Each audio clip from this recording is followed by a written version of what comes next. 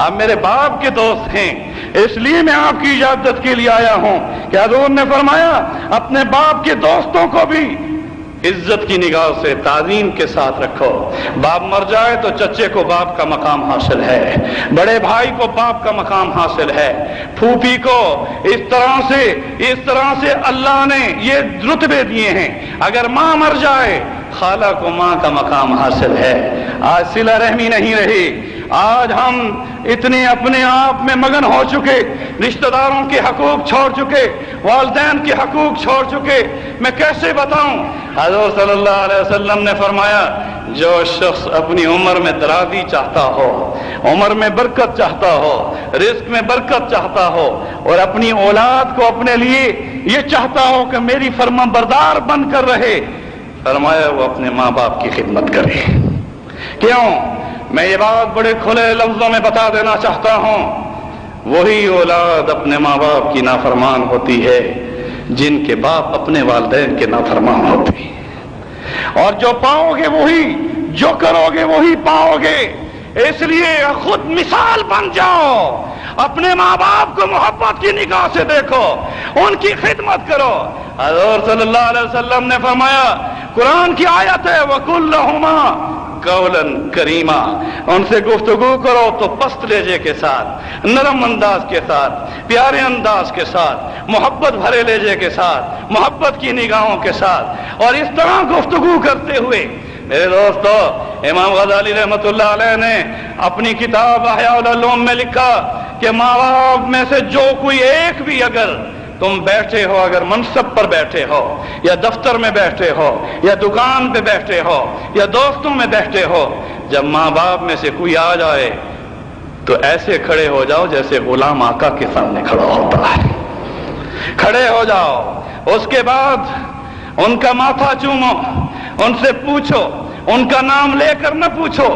بعض لوگ اپنے باپ کا نام لے کر پکارتے ہیں، ادب کے خلاف ہے۔ ابا جان، امی جان، پیارے انداز سے اسے پکارو، اور اس کے بعد وہ جب گفتگو کرے تو اس کی گفتگو کے جواب میں ادب کو اتنا ملحوظ رکھو کہ اس کی آواز سے تمہاری آواز بلند نہ ہونے پائے۔ اس طرح سے جب ماں باپ آپ کو ملنے آئیں، ان میں سے دو میں سے اگر ایک بھی آیا ہے، فرمایا جب وہ چلنے لگے تو یہ نہیں کہ تم اپنی مسند پر بیٹھ جاؤ، پیچھے پیچھے چل کر انہیں رخصت کرو، وہ آگے چلیں، تم پیچھے چلو۔ اس طرح جب اگر وہ بیمار ہو جائیں تو ان کا علاج کرانے میں اپنی اولاد سے زیادہ ان کی خبرگیری رکھو۔ کپڑا پہنانے میں اگر تم مارکیٹوں میں جا کر اپنی بیوی اور بچوں کے لیے بہترین کپڑے خریدتے ہو، میرے دوستو ایسی مثالیں بھی موجود ہیں کہ عید کے دن اولاد اور بیوی تو اچھے کپڑے پہنتی ہے مگر باپ کے کپڑے دھلے ہوئے بھی نہیں ہوتے، اس پر وہی نشان لگے ہوئے ہوتے ہیں۔ وہ بد نصیب ہے وہ شخص جس نے اپنے والدین کو بڑھاپے میں پایا۔ حضور نے فرمایا اس کی ناک کٹ جائے، وہ ہلاک ہو جائے، وہ برباد ہو جائے۔ یہ بد دعا ہے رسول اللہ کی، رغم انف، اس کی ناک کٹ جائے جس نے اپنے ماں باپ کو بڑھاپے میں پایا اور پھر بھی ان کی خدمت کرتے ہوئے جنت نہ پائی۔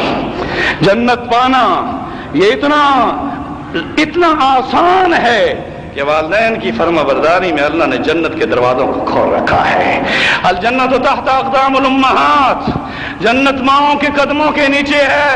میرے دوستو قیامت کی نشانیوں میں سے رسول اکرم صلی اللہ علیہ وسلم نے یہ نشانی بتائی ہے کہ قیامت کی نشانیوں میں سے یہ نشانی ہوگی کہ بیٹا اپنے دوست کو باپ پر ترجیح دے گا۔ اپنے دوستوں میں بیٹھا ہوا جب اس کا باپ بڑھاپے میں کھانستا ہوا گردن ٹیڑھی کے ساتھ، دید نہیں ہوگی، اور وہاں سے ایسے گزرے گا، دوست پوچھیں گے یہ کون ہے تو کہے گا یہ نوکر جا رہا ہے، یہ میرے گھر کا نوکر جا رہا ہے۔ میرے دوستو اکڑی ہوئی گردن کے ساتھ جب کوئی جوان بیٹا اپنے باپ کو اف کے ساتھ، حضرت علی کرم اللہ وجہہ نے اس آیت کی تشریح میں کیا خوب فرمایا، فرمایا وَلَا تَقُلْ لَهُمَا اُفٍّ، ان کے سامنے ہو تک اف تک نہ کہنا۔ یہ اتنی ادنا درجے کی بات ہے کہ اگر اس سے بھی ادنا درجے کی کوئی چیز ان کی طبیعت پر ناگوار ہو تو وہ بھی رب کو منظور نہیں ہے۔